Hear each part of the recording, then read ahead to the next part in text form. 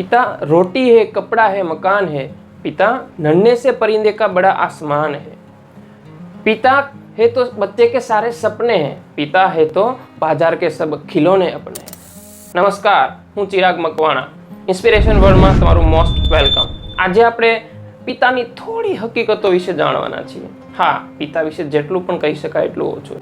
દરેક પિતા અસાધારણ હોય છે, કારણ કે તેમના સંઘર્ષ અને અનુભવની આગળ દરેક પડકાર સામાન્ય। વાત ત્યારની છે, બાળપણમાં હું જ્યારે કોમિક શો જોતો હતો ત્યારે એમાં જે સુપર હીરો હોય છે તેની પાસે આટલી બધી તાકાત આવતી ક્યાંથી હશે? આંખના એક જ પલકારે બધું જ કામ કરી નાખે।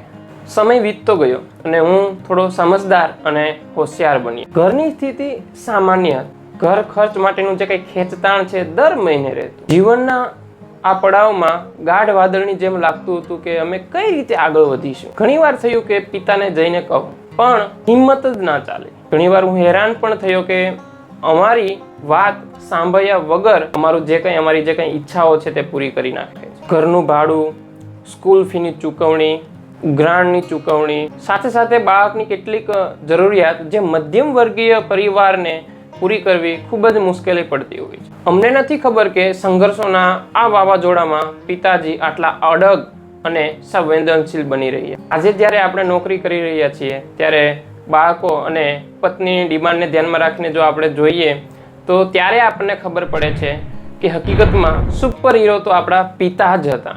કામ રોજ છે, બહાના રોજ છે, નોકરી રોજ છે, પણ જ્યારે મોકો મળે ત્યારે પોતાના માતા પિતા સાથે સમય જરૂર વિતાવજો, કારણ કે વગર આંસુ અને વગર અવાજે રહે તે બાપ છે।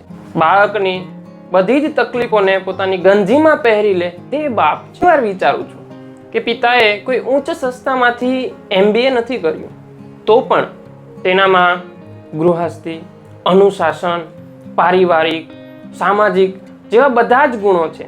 આ આવ્યું ક્યાંથી? લગભગ સર્વસ્વ સમર્પણ કરનાર ઘરમાં જો કોઈ વ્યક્તિ હોય તો એ છે પિતા।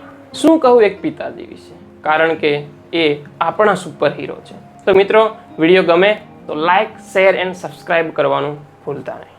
જય હિન્દ।